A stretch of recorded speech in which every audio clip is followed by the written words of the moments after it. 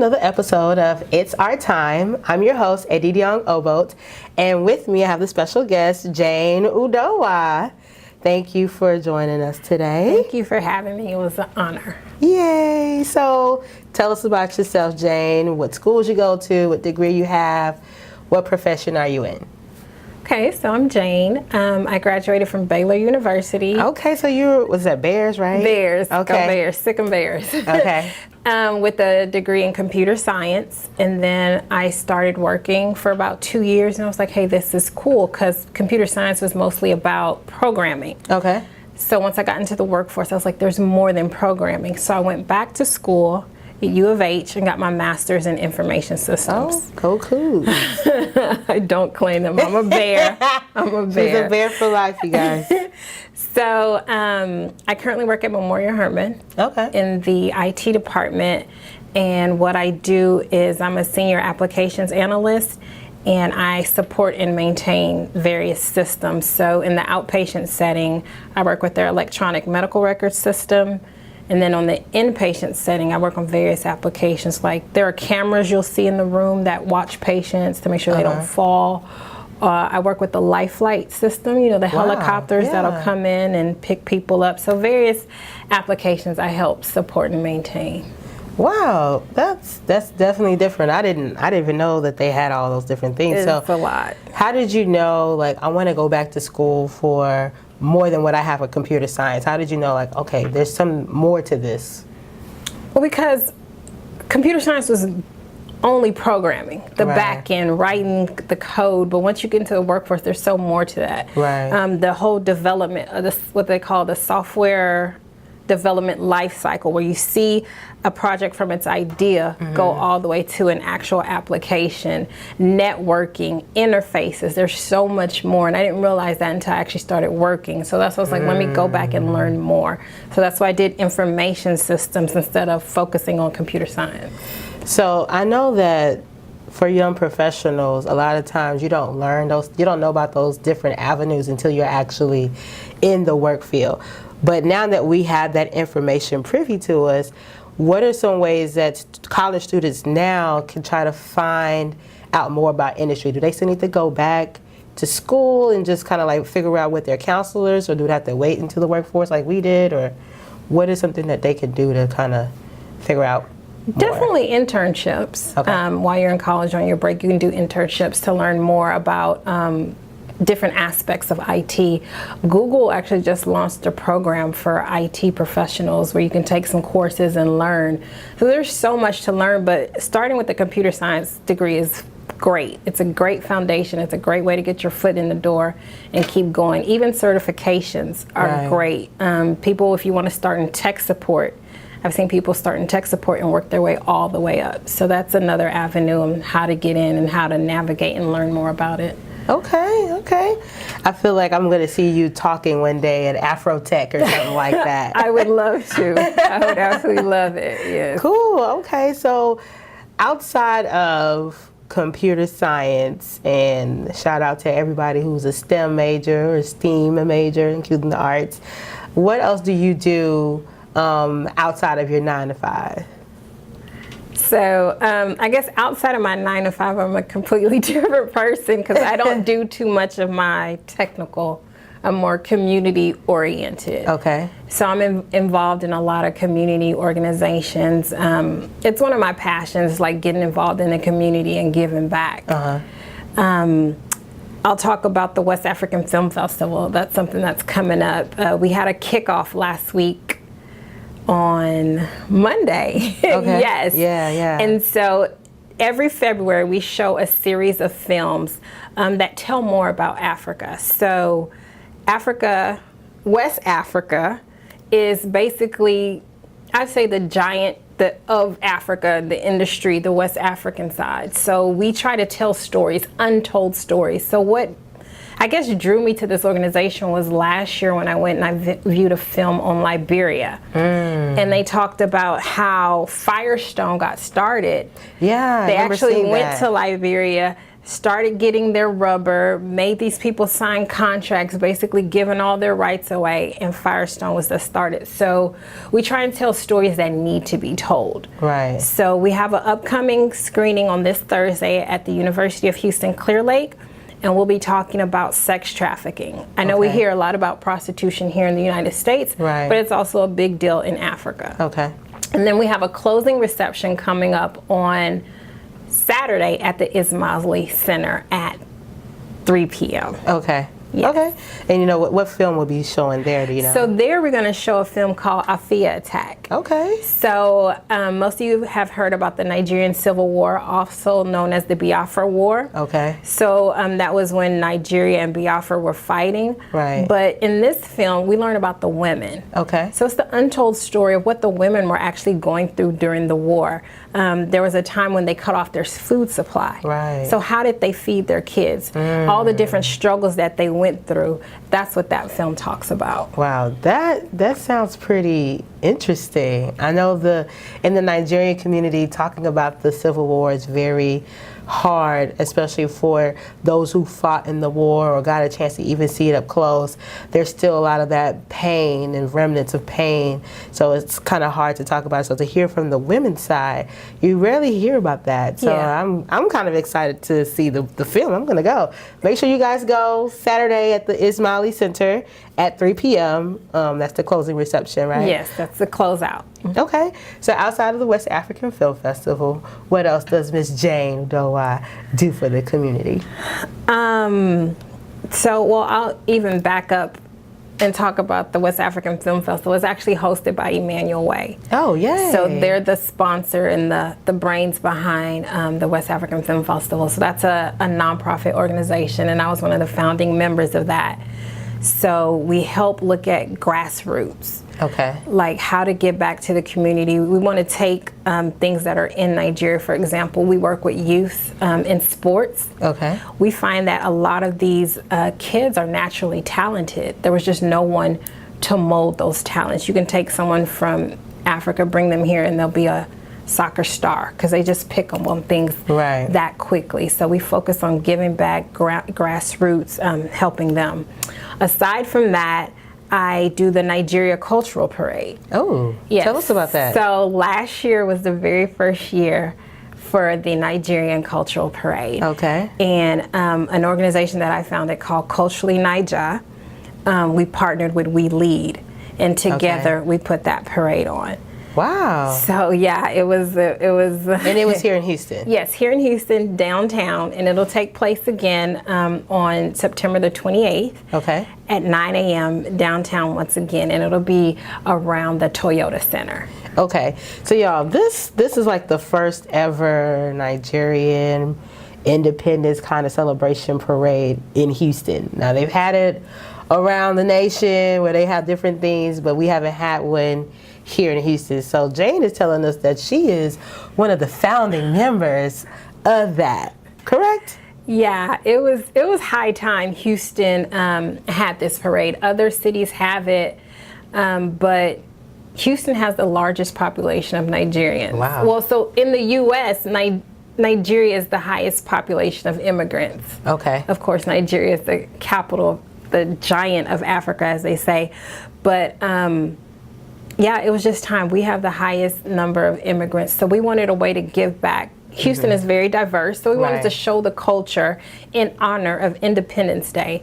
So that's how that idea came about. I was a graduating member of HBLI, which is the Houston Black Leadership Institute, and ever since doing that, I felt so much more empowered and inspired to unite the community, especially the Nigerian community. So that's something I really wanted to do, and we were able to get it done last year. Wow. So y'all, again, the dates are September the 28th. The 28th. So if you want to sign up, where should they go? Yes. So you can visit our website at nigeriaculturalparade.com. You can also email me at info@culturallynaija.com. We're also looking for sponsors for the parade. Okay. If you're willing to sponsor, you want to give back, you can email info@weleadinternational.com. Okay, and also you're looking for participants as well? Yes. Okay, because I know I attended last year and they had cultural dancers, they had people with talking drums. It was amazing. So if you want to sign up to be a participant, you can do that too, right? Yes, we want you to participate. You can do that through the website. Any type of dance, clothing, anything that represents your culture, bright colors, music, we want to see it all and just showcase the lively, rich culture of Nigeria. I can't wait, because I know at the end there was like a big surprise. It was like a little showcase kind of competition going on. I did not expect that. I just expected to just kind of like, okay, the parade, hey. But then there was like a full out like routines and stuff. Yeah, I was like, wow. We kind of had like a festival at the end. Yeah. I mean, I just thank God it all worked out. There was food, music, everyone just came together and had a really good time. Okay, yeah. I'm excited about that. So Miss Jane is involved in West African Film Festival, Emmanuel's Way, the Nigerian Cultural Parade. Is there anything else that I'm missing? I'm pretty sure you're involved in other stuff too. I'm sure there is. Sometimes I can't even keep it all together. I know you talked about earlier when we were just talking about like a expo coming up. Yes, there's the Texas Africa Expo coming up May 25th through the 28th. It's going to take place at the the Hyatt downtown. Okay. So this is the first ever business-to-business trade show that's happening here in Houston. Wow. So they're focusing more so on small businesses. Okay. So we're trying to get that exchange going from businesses that are here in Houston or U.S. If you want to take your business overseas and find out how to break into that market, and for overseas businesses to actually come into Houston as well. Yeah, the U.S. So that'll be taking place. It's a 3-day event downtown. Is there a cost associated with it? No, it's free to get in. Oh, wow. But we are looking for vendors. Okay. So if you're looking for vendors, there will be a fee for that, but we'd love to have you. Okay, and the dates are May the 25th. Through the 27th. Okay, yes, I definitely will be in the building for that. Thank you. I want to support first ever African Expo business to business, correct? Yes. I love the fact that we're finally kind of bridging that gap and kind of making sure that entrepreneurs here and over there are finding a way to like unite and share commerce and trade and things like that. So yeah, it's time. It's no longer us versus them. We're coming together. Listen, it's our time. And on that note, we're going to take a quick break, and I'll see you guys soon.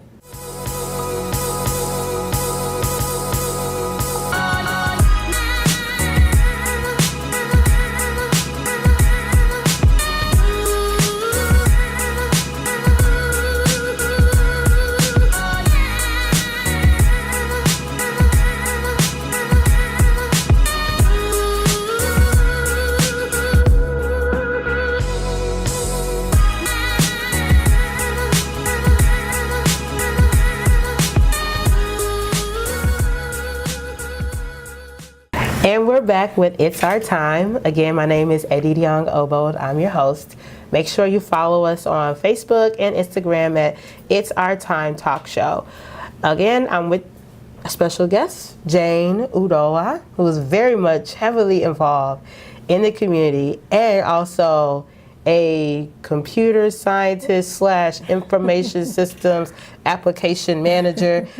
Titles. Nigerians always love some form of titles. So that's where we're at right now. I kind of want to talk a little bit more about like Nigeria, right?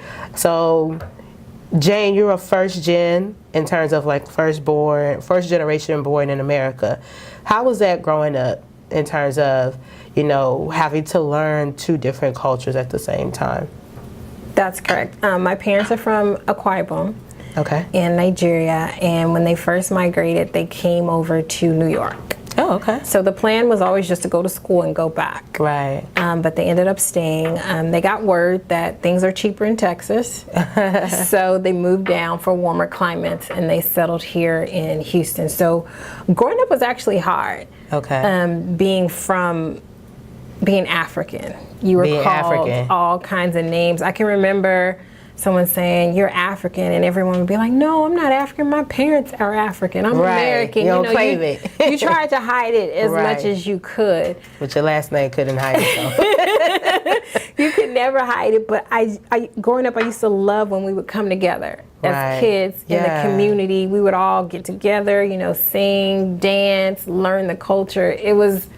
Childhood was great. It was just Okay. when you would go to school, there were issues, and I just love the time that we're in now because it's cool to be African. Right. Like, it is so cool. You There's see nothing to people- hide. They want Now to they're wear. wearing beautiful capes like yours. Yes, and I like to dashikis shout and- out to Queen of Sleeves, Okay. my stylist. If you Yeah. guys check her out, I love her. She helps me with. We're loving this cape. Okay, Thank so you. it was hard growing up. Yes, it was very hard growing up, and now it's cool.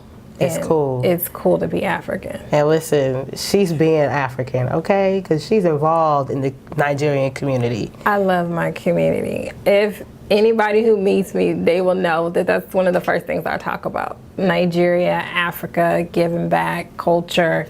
That's the whole premise of Culturally Naija. So Right. Naija is the slang word for Nigeria. So that's how that organization was founded. We plan to do all things culturally, Okay, just to keep the culture going, because there's still some things in my culture I don't know. right. So I need to keep that going so that my kids get that, because Right. soon my parents won't be around. Right. So that's the plan with that organization, just to continue to keep the culture alive. Okay. So you talked about how you are a graduate of the Houston Black Leadership Institute, correct? Yes. So how did you bridge that gap between like the Black community and the Nigerian community to kind of understand and kind of talk both languages at the same time? Here in America, you're seen as a Black person. You're not Yes. seen as a African or Nigerian when you check the ethnicity boxes, either African American or whatever ethnicity is there. But I'm kind of interested or intrigued to see how you're able to kind of cross those lines and intertwine them so that people can understand each other's, language. So it's not easy. There's Okay. still some talks and some things we have to get over between the two different communities. Okay. But things are changing. We all saw the Black Panther movie, and that Right. kind of showed some of the struggle between the two. But people are very open. I go to all kinds of events, and people come to me, how can I get into the African community? How can I tap into this? So there's a willingness and there's an openness. So I am doing my best to bridge those communities together. I think a lot of it is just a misunderstanding. Right. Understanding this culture versus this culture, and then just bringing them together for conversations, and then everything works out. Okay. So for those, like, maybe they're African, maybe they're specifically Nigerian, and they're just getting here, what are some ways that they can kind of immerse themselves into, like, the Nigerian community here in Houston? There are lots of different organizations. There's a Young African Professionals Organization. Okay. There's UIU. I Okay. believe that's more of a for Nigerians of Igbo descent. Right. There's the NAMC, Nigerian-American Cultural Organization. But speaking specifically to those that just got here, join your local groups. Right. So I'm from Akwa Ibom State. We have our own state meetings, state organizations where we go to talk about different events. And I'll even take it a step further. We have our local village meetings, and I'm a part of that. And I go Okay. to those local village meetings and try to help them give back. And as what well. village is that? Shout them out. Shout them out. So I'm a part of Ubium Development Association. Okay, Ubium in the building. Akwa Ibom State in the building. Yes. She just went I'm from Akwa Ibom State, Ubium. Yes. Okay, anything else we need to know? Any further factions? No? No. Okay. Yes, so getting more involved in the community, join your local, your village, your overall state, and then there's overall countrywide organizations that you can join here in America, Yes. correct? Yes. Okay, so Ms. Jane, you've told us about how you're involved in the community, how people can get involved. Are there any upcoming projects that you're working on 2018 that we should look out for? There's always something up my sleeve. So nothing just yet, but be on the lookout that there will be something coming. Okay. I can't wait. Listen, she's a mover and a shaker in the Nigerian community. So one thing I like to ask the guests is, what is one fun thing you like to do? Fun thing. I love to travel. Love to travel. I love an adventure. Okay. I'll try anything one time. Okay. Me and my friends just recently did goat yoga. I'm sorry, what? I think the viewers missed it, so I'm going to ask you to repeat that again. Goat yoga? Goat. Yes. As in like the goat meat that you can eat with the goat. And then the goat does, I need to understand this. So, let me turn around and like really understand the goat yoga. I absolutely love yoga, especially hot yoga. Okay. But now there's this new yoga where you have goats because they're therapeutic. So they walk around, they jump on you, and while you're doing your yoga. So so there's goats that are just jumping on my body. Wait, am I lying down or am I stretching? How does it? When you're doing any of your poses, they're just walking around. They'll come up to you, or if you want an instructor to actually place a goat on you, they can do that. Is this in Houston? Yes, in Houston. Where is this thing at? Well, it wasn't technically Houston. I guess it was Pearland or Friendswood or something. So the outskirts of Houston, Houston area. Yes. Wow. What just intrigued you to go? So it was my friend's birthday, and it was her idea to go. So we enjoy doing things. That's definitely different. Adventurous. Yeah, we've done fencing, paintballing. We try and do an adventure once a year. Okay, so where's the last place you traveled to? Canada. Canada? Yes. How was that? I loved it. So MLK weekend, I went to the MLK ski weekend in Canada and had a blast. It was so cold. So cold. So cold. You're not used to the cold. But it was cold in Houston. Like it snowed. No, it's a whole different kind of ball cold. game. A whole different level kind of don't change. Yeah. Okay. Yeah. So travel, I figured that a lot of young professionals, every time I ask them this question, this travel is like always the number one thing. It's like, I love to travel. Quick question: how do you balance your time between your 9 to 5, your community stuff, and wanting to travel? I don't. I don't know how to do it. My brain is always moving. Like when I drive in silence, no radio, because I need to think. So it's hard, but you have to do it. There are some weekends where I just do nothing because I know I need to unwind. But of course, your job comes first. You don't want to lose your job. So you just have to find a way to find that balance. To do your work, to do your community stuff, and time for yourself to travel. Okay. So what is that one quote that kind of like motivates you and drives you, like every morning I could do this? What is that motivating quote? One of my favorite quotes is from Nelson Mandela. It says, "It was impossible until you did it." Ooh, I like that. Yeah, I may not be quoting it exactly, but that's basically the premise of it. Everybody will tell you you can't do it until you do it. Right. Perfect example, the Nigerian bobsled team. Those girls amaze me. I follow them closely. Everybody said Nigeria will never be in the Winter Olympics. And they did it. Listen, quick plug. Y'all, these girls are amazing. They're the first ever African bobsled team. Like they put the whole continent on their back. Not just the country, but the whole continent. Yes. So you're right. I love that quote that you said. That they're very inspiring. That I'm gonna have to write that down in my journal. Yes. Okay. Well, Miss Jane, we thank you so much for being a part of our show. Y'all, tune in again. I'm your host, Edidiong Obot. Make sure you go to Culturally Naija. Correct.com? No, if you go to Nigeria Cultural Parade. Okay, sorry y'all. Yes, NigeriaCulturalParade.com. Find out more information about the parade. Yes. West African Film Festival. Yes. The closing reception is this Saturday. We're going to talk about the Biafra War from the women's perspective. So be sure to check that out at the Ismaili Center. The Texas African Business Expo is in May, the end of May. So more details to follow on that as well. Again, I'm your host, Edidiong, and I will see you next time.